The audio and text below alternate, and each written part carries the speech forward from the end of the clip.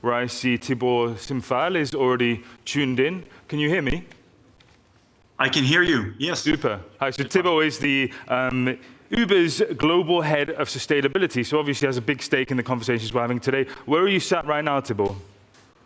I'm sat in Barcelona. Thank you very much for having me. I'm sorry I couldn't be with you in person. No problem. It's great to have you online. So, look, let's start first of all with the Uber targets generally. For quite some time, you've been putting out statements about targets for European cities, aims to electrify the fleet being used on the road. I wonder if you could just set those out to the audience that we have now. And fair warning, whatever you say, I'm going to ask you straight away why you can't move quicker. That's fair. That's fair. It's at Uber we like to move fast, so I think that's always a fair question. So I think overall we're just aiming to become the cleanest platform on the planet. Period. And so that's a very bold ambition. We've set some very ambitious goals for ourselves. I won't touch on all of them, but very briefly, by 2025 we want to be 100% electric in London and Amsterdam, and 50% in 7 key European cities. That's for mobility. For delivery, we want 80% of packaging to be reusable, recyclable, or compostable in EU and APAC by 2025 as well. And we want 100% of our US offices to be functioning on renewable energy. That's for 2025. And for 2030, we'll expand our target to be zero emissions for mobility to all of Europe, Canada, and the US. Then for delivery, all of the packaging globally to be reusable, recyclable, compostable, and all of our corporate emissions to be none, so zero emissions. And then by 2040, we want our global footprint to be zero emissions, which is 10 years ahead of the Paris Agreement. Great, and so just to focus on the car segment, because I think our colleagues at the Tech Summit deal more with the delivery business. If you look at sourcing electric vehicles, how is Uber able to force and push its drivers to switch to electric cars? I know you offer some kind of subsidies, but is it large leasing deals? How does that play out in practice? So overall, when we made some of the commitments that I mentioned to you in 2021, we put together an envelope of $800 million of investments that we said we would invest around the world, and especially in Europe and the US and Canada. And that envelope of money is spent on many different things. I'll mention 3 key things. The first thing, which is to tackle the number 1 obstacle for drivers to get into a zero-emission car, an electric car, is to really help them with the acquisition of electric cars.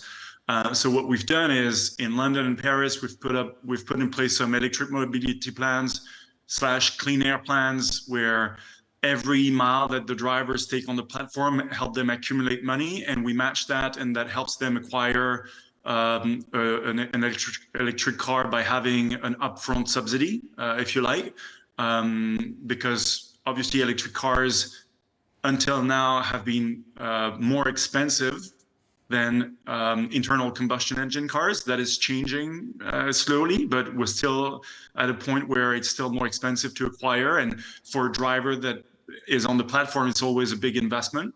So that's one area where we're investing a lot of money. Second, we're investing in a lot of charging infrastructure. So we are partnering with the leaders in the space like BP, Total, EVgo, etc., so that they put in place chargers in the places where the drivers need them most, because that doesn't always overlap with where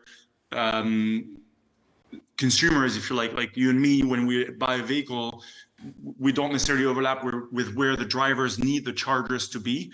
So that's another really important thing.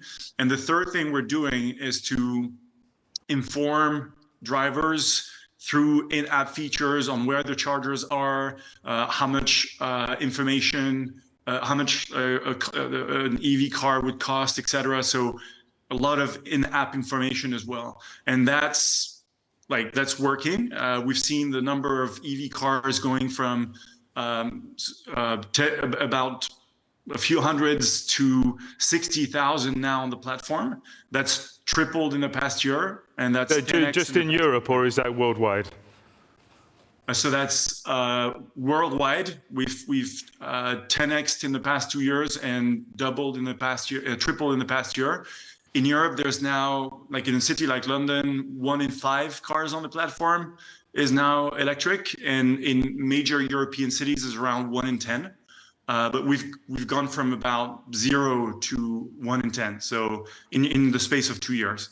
And in terms of your ability as an organization to calibrate those targets sooner rather than later, obviously we see different levels of penetration of EVs in different European countries, oftentimes in different cities. What are the bottlenecks that you would cite as a reason not to go electric more quickly? So I think that the top things, so yes, to your point, it does vary a lot country by country. And that was not necessarily part of your question, but I want to address that because it's an important point.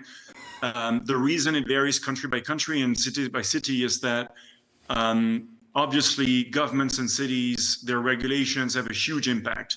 The way governments regulate to mandate EV transitions, to have charging stations, to have road pricing, to have subsidies for charging, to have progressive fuel taxes, etc., will make a huge difference. So we have cities like London that are best in class, where, like I said, 1 in 5 cars are now EVs, and we're aiming for 100% of them to be EVs by 2025, which is in 2 years from now. And so it does vary a lot, and we're really trying to encourage governments to pass a lot of these regulations that accelerate this. Where we see the biggest bottlenecks are 2 big things. One is still the cost of acquisition of the vehicle, whether a new vehicle or a second-hand vehicle. So where we need the most help from governments is really subsidies to help drivers acquire new or second-hand vehicles. And they can help a lot because we can identify those drivers. Like me as a consumer, if I buy a car, which I don't own, I will use that car only 5% of the time. That's the average that people use their car. The rest of the time it's parked on the street or parked in a garage. A driver on Uber, the utilization rate is much, much higher. So it's much more interesting for governments to subsidize the acquisition of electric cars by drivers on platforms like Uber, or taxi drivers or truck drivers, than it is to subsidize the general population, because these cars drive more and therefore they pollute more. And if they move to electric, they will pollute less. So acquisition of the cars is number 1 obstacle. The second one by far is charging infrastructure. It is quite slow. It's something we're really trying to accelerate, but as you can imagine, it's something that Uber alone cannot control. Yeah, understood. And you hear the charging infrastructure dilemma from a lot of the auto industry as well. They're trying to sell the electric cars on the market too. Thibault, I really wanted to get into consumer behavior with you too, because while we don't have access to all of Uber's data, you clearly have a view on what riders are clicking when they get the options. And I'm triggered in the app sometimes to select a greener option. I've got to admit, I don't always do that. It's slightly more expensive. I wonder, do you think that there is consumer appetite to ride green if it costs a little bit more? Well, so two parts, two answers to your question. Absolutely, there is appetite. We see it moving fast. Like I've been leading this sustainability at Uber for a year and a half, 2 years now. And before this, for 8 years, I was a general manager for Europe. And I was the first GM at Uber globally to launch a green product in Lisbon and Paris back in 2016.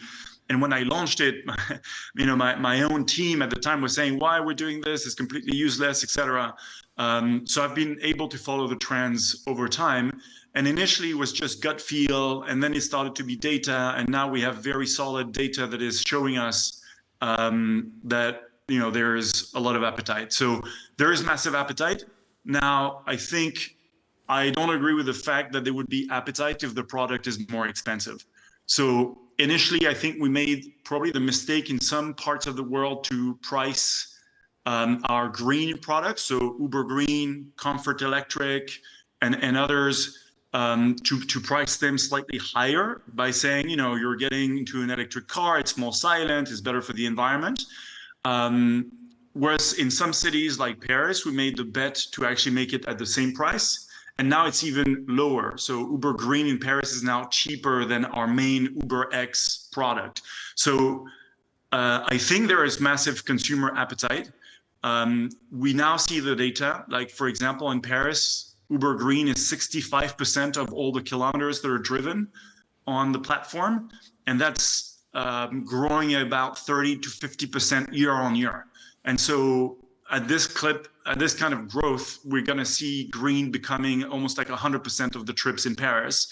And we're trying to remove the hybrids and increase the number of EVs. So very, very strong consumer appetite. We also see it in London, in Lisbon. We see it in California. We see it in New York. We also see it in India. Very strong appetite in India. We just launched a new electric two-wheeler product in Kenya, where you get on the back of a motorbike, which is a very popular product for us in Africa, the Middle East, and India. And we launched an electric product, and the growth is absolutely phenomenal. So it's very clear that there is appetite. I don't think we can, as a company, as Uber, I don't think any company can charge a higher price for the same product just because it's better for the environment. Okay. That's interesting. And the second issue that I wanted to ask you about is about shared mobility as well. Is a lot of people seem to accept these days that probably in a lot of places we're also going to have to reduce the number of cars and vehicles on the road, not just switch all of the existing ones to cleaner alternatives. Do you see much pickup for shared mobility services? Yeah, absolutely. So before the pandemic, we had a product called Uber Pool, which with the pandemic we stopped, obviously. And we restarted it as a product called Uber X Share. That's a product that we now have live in 50 cities. In Europe, the first city to launch is Paris. And we're seeing very, very strong traction. So the way it works is you take a normal Uber car, but you say that you're willing to share it with someone else, a foreigner, someone you don't know, that would join your trip at some point for a part of your trip or for all of your trip. And then you get a discount if you get matched with someone else. We see that product growing very, very strongly. I can't share the data yet because we're just after the pandemic and we've just launched it a few months ago, and Paris is like literally just launched. But we're seeing very strong appetite for that product. Also, now that we've changed the product from a tech standpoint, from an operational standpoint, and from a pricing standpoint, we've made the product much nicer for consumers and for drivers, because before drivers didn't really like it. So they were refusing these trips. How so? Was that because it was inconvenient somehow to have to look at the interface all the time? So yeah, as you and the audience probably knows, drivers on the platform, on the Uber platform, are in most countries independent workers, so they're completely free to accept or reject a trip.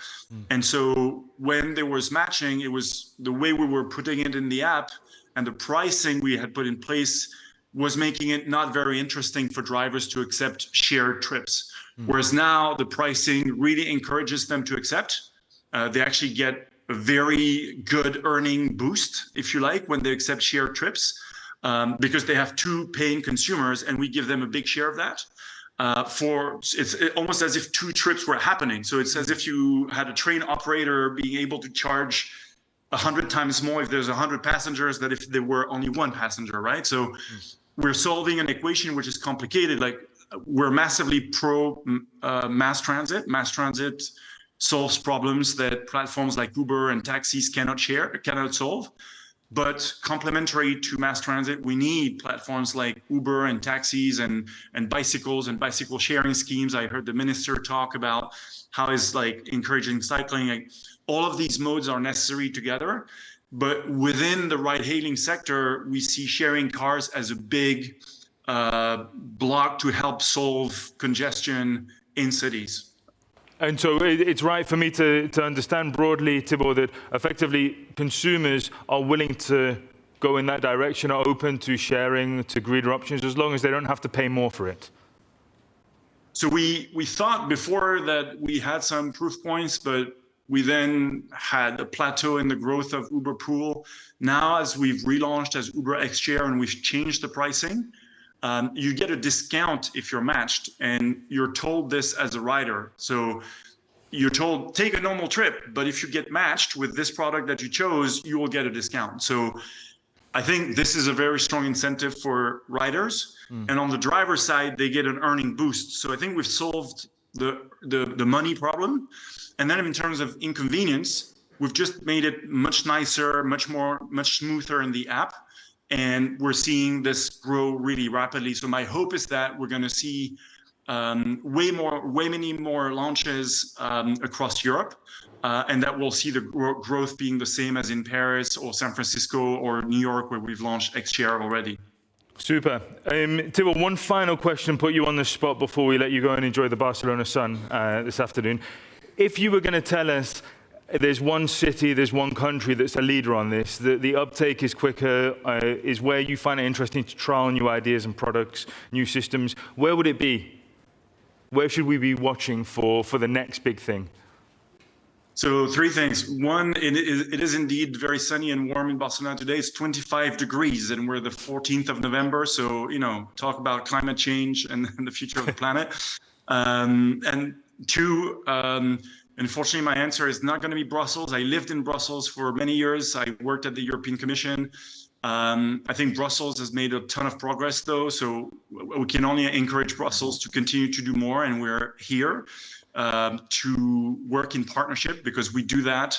There was a first version of Uber where we were seen as sometimes very aggressive and against cities where we operated. I think we have turned the page on that. We're a new version of Uber for the past 5 years, or 6 years, sorry. And we partner with cities around the world. And that means that, with other platforms, we help them understand what are the regulations that will make the overall objective more successful. And the objective here is more sustainable cities. Obviously, we want to grow our business at Uber, but we're not the only player in this industry. So we're a number of platforms talking to cities.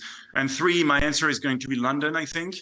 I've also lived in London for many years. I'm French. I've lived in Brussels. I've lived in New York. So I'm kind of biased towards many cities. But I think London is probably the city that has made most progress on the 3 things that really matter. 1, having extremely aggressive mandates for EVs.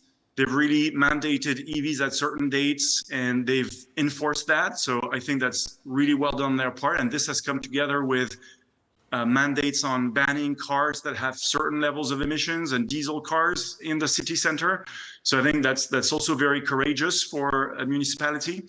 The second thing they've done is road pricing, which is also incredibly courageous. So, saying that you're going to tax the use of the road, and that this will be differentiated by segment of the population. And we think this is really well done on their part. And 3rd is on charging, although it's still not best in class. I think it's probably where we've seen the most progress. Now, we are working with cities, for example, by providing data on where are trips happening on the Uber platform, where should we put chargers, what is the use of the road at a certain time of the day, and can the city introduce congestion pricing, etc. So we're making our data available to cities when they want to draft regulations and congestion pricing, etc. So I would say London. I think there's a few other cities that come to my mind, but I do think London is still ahead of the game. I think Amsterdam, Paris probably follow next. And then you've got New York and California that are probably in the lead. We've definitely got a clear answer on London, so now I'm less certain that London is the one to watch. So yeah, thank you. We have plenty